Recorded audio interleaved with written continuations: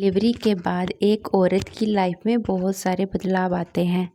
अब खुद के साथ साथ एक नन्ही सी जान का भी ख्याल रखना है। डिलीवरी के बाद शरीर में शारीरिक और मानसिक दोनों तरह के बदलाव आते हैं। शरीर में बहुत सारे हार्मोनल चेंजेस हो रहे होते हैं और हमारा शरीर धीरे धीरे नॉर्मल स्थिति में आ रहा होता है। और एक बात, जिस भी हॉस्पिटल में डिलीवरी के लिए जाओ वहाँ पे ये कंफर्म ज़रूर करें कि उस हॉस्पिटल में गायनेकोलॉजिस्ट के साथ साथ पेडियाट्रिशियन यानी कि बच्चों के डॉक्टर भी होने चाहिए, क्योंकि आजकल जन्म के दौरान बच्चों को पीलिया होना आम सी बात हो गई है, जिसके लिए अगर वहाँ पे डॉक्टर अवेलेबल नहीं होंगे तो उनको दूसरे हॉस्पिटल में शिफ्ट करना पड़ता है। और कई बार बिलिरुबिन ज़्यादा बढ़ जाने की वजह से बच्चों को एडमिट भी कर लेते हैं।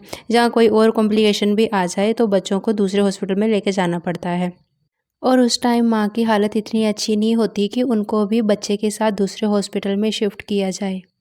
कई बार बच्चों को 2-2 3-3 दिन तक भी एडमिट रखना पड़ता है और ये टाइम बच्चे और माँ दोनों के लिए ही बहुत मुश्किल होता है। तो इसीलिए आप पहले ही कंफर्म कर लें कि उस हॉस्पिटल में पेडियाट्रिशियन भी होना ज़रूरी है। Hello everyone, welcome again on my YouTube channel. इस वीडियो में हम बात करेंगे कि सी सेक्शन यानी के बड़े ऑपरेशन से बच्चा होने के बाद हम कैसे बच्चे के साथ साथ माँ का भी ख्याल रखें। सी सेक्शन के 5 से 6 घंटे बाद ही डॉक्टर पेशेंट को अपनी टांगें हिलाने को कह देते हैं और बेड पे ही हल्की फुल्की मूवमेंट करने को बोलते हैं। सी सेक्शन के बाद 3 से 5 दिन में हॉस्पिटल से डिस्चार्ज मिल जाता है। सी सेक्शन के दूसरे दिन ही पेशेंट को चलने के लिए बोल दिया जाता है। अब अगर डॉक्टर ने आपको चलने के लिए बोला है तो इसका मतलब ये नहीं कि आप बिल्कुल नॉर्मल हैं और नॉर्मल इंसानों की तरह चलना है। आप दूसरे किसी पर्सन की सपोर्ट लेके और अपने पेट को थोड़े हाथों से सपोर्ट देके धीरे धीरे एक एक कदम करके चल सकते हैं, जितना आप चल सकते हैं। ध्यान रहे ऊबड़ खाबड़ पैर नहीं रखने हैं, कोई सीढ़ियाँ नहीं चढ़नी है, बिल्कुल आराम से चलना है। इस टाइम पर आपको अपने फैमिली मेम्बर्स की हेल्प और सपोर्ट की बहुत ज़रूरत होती है, तो उनकी हेल्प लेने से बिल्कुल भी हिचकिचाना नहीं है। सिजेरियन का जो घाव है उसकी केयर करने के लिए हेल्प की ज़रूरत है, बच्चे की केयर करने के लिए हेल्प की ज़रूरत है, तो ये सब आप खुद से मैनेज नहीं कर सकते हो उस टाइम पर, तो उसके लिए फैमिली मेम्बर्स की हेल्प लेने में बिल्कुल भी कतराना नहीं है। 4 से 5 दिन में जो घाव के ऊपर पट्टी होती है उसको निकाल दिया जाता है। पट्टी उतरने के बाद आप नहा सकते हो, बट ध्यान रहे आपका जो घाव है उस पे ज़्यादा पानी ना लगे, वो गीला नहीं होना चाहिए, उसको सूखा रखना है और सैनिटाइज़ करके अच्छे से साफ़ रखना है। अगर आपके स्टिचेस काटने वाले लगे हैं तो उनको कम से कम 8 से 10 दिन बाद काटा जाता है और इसके लिए डॉक्टर आपको दोबारा हॉस्पिटल में विज़िट के लिए बुलाते हैं। अगर आपको सबकुटेनियस स्टिचेस दिए गए हैं यानी कि गलने वाले स्टिचेस दिए गए हैं तो उसके लिए आपको हॉस्पिटल जाने की ज़रूरत नहीं है, वो अपने आप ही गल जाते हैं। लेकिन फिर भी आप एक बार दोबारा अपने डॉक्टर से कंसल्ट कर सकते हैं। अगर स्टेपलर से स्टिचेस लगे हैं तो उनको भी निकालना पड़ता है, इसके लिए भी आपको अपने हॉस्पिटल में जाके उनको निकलवाना पड़ेगा। जब भी आप खांसते हो या छींकते हो या उठने की कोशिश करते हो तो आपको घाव वाली जगह में एक खिंचाव सा महसूस होता है, तो इसके लिए आप अपने पेट पे सपोर्ट दे के उठें। अगर उसमें ज़्यादा खिंचाव या ज़्यादा दर्द महसूस होता है तो इसके लिए भी आपको अपने डॉक्टर को दिखाने की ज़रूरत है। अगर वो नॉर्मल है, थोड़ा बहुत खिंचाव हो रहा है तो वो नॉर्मल है और उसको डॉक्टर को दिखाने की ज़रूरत नहीं होती। दूसरे पॉइंट पे हम बात करें डिस्चार्ज की, तो डिस्चार्ज 1 से 1.5 मंथ तक रहता है। पहले 2 से 3 सप्ताह तक ये ज़्यादा होता है, उसके बाद बहुत ही कम होता है, उसमें पैड वगैरह यूज़ करने की भी नीड नहीं पड़ती, बट ये 1 से 1.5 मंथ तक रहता ही है। आजकल डॉक्टर ऑपरेशन के दूसरे दिन ही पेशेंट को चलने के लिए बोल देते हैं, इससे पेशेंट की रिकवरी अच्छी होती है और खून के थक्के बनने के भी चांसेस कम हो जाते हैं और घाव वाली जगह पे गांठ वगैरह बनने के भी चांसेस ख़त्म हो जाते हैं। ई सेक्शन के 1 से 1.5 हफ्ते बाद ही आप बिना सपोर्ट के चलना स्टार्ट कर देते हो। बट इसका मतलब ये नहीं है कि आप अब बिल्कुल ठीक हो गए हो और अपने घर के सारे काम करना स्टार्ट कर दो। इस टाइम पर आप अपने बच्चे के वज़न से ज़्यादा और कुछ नहीं उठा सकते और अपने घर का भी काम नहीं कर सकते, क्योंकि अभी आपका घाव जो है वो पूरी तरह से रिकवर नहीं हुआ है।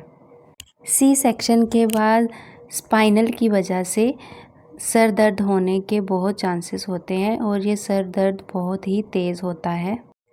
अगर आपको हेडेक की दिक्कत आती है तो इसके लिए आपको कोई अलग से ट्रीटमेंट नहीं दिया जाएगा। इसके लिए डॉक्टर यही एडवाइस करते हैं कि आप ज़्यादा पानी पिएं, ज़्यादा फ्लूइड लें, तो उसी से ये ठीक हो जाता है। इसके बाद हम बात करें खाने की, तो अभी आपको अपना पहले से भी ज़्यादा ख्याल रखना है, ज़्यादा ध्यान देना है अपने खाने पीने पे, क्योंकि अभी आपने एक नन्ही सी जान को भी फीड करवाना है। जो आप खाओगे उसी का दूध बनेगा और वही बच्चा पिएगा। सिज़ेरियन के जो पहले 3 मंथ होते हैं उनमें आपको खाने पीने का बहुत ध्यान रखना होता है। इस टाइम पर न्यू मम्मीज़ के लिए सबसे मुश्किल टाइम ये होता है कि हम क्या खाएं, क्या ना खाएं, क्या बच्चे के लिए सही रहेगा, क्या गलत रहेगा। हर कोई आके अपनी एडवाइस दे जाता है, तो बहुत सारे सवाल जो होते हैं वो दिमाग में घूम रहे होते हैं।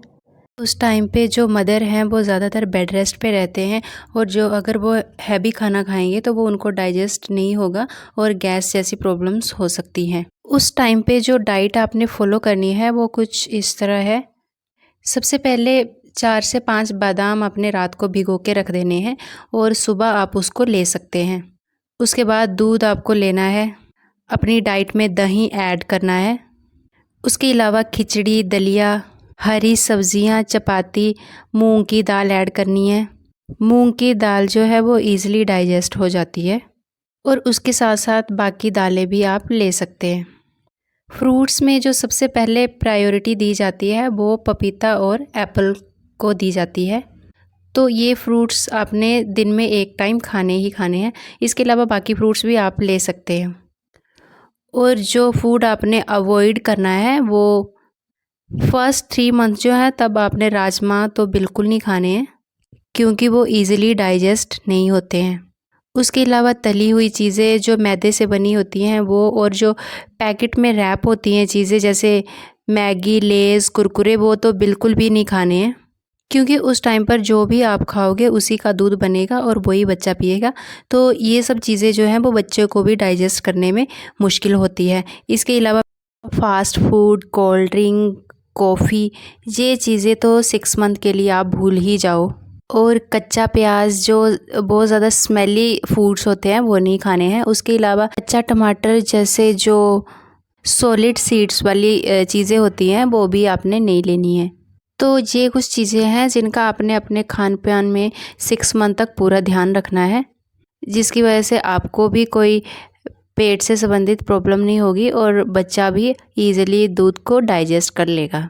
और उसके अलावा मेडिसिन जो डॉक्टर ने आपको डिस्क्राइब करी हैं, जैसे कैल्शियम, आयरन, मल्टीविटामिन्स वगैरह वगैरह, जो जैसे जैसे बताई है वो वैसे वैसे प्रॉपर तरीके से लेनी है। और कैल्शियम जो है वो आपको तब तक लेना है जब तक आप फीड करवा रहे हो, क्योंकि अगर इसको आप स्टॉप करोगे तो आपको बैक एक की प्रॉब्लम हो सकती है।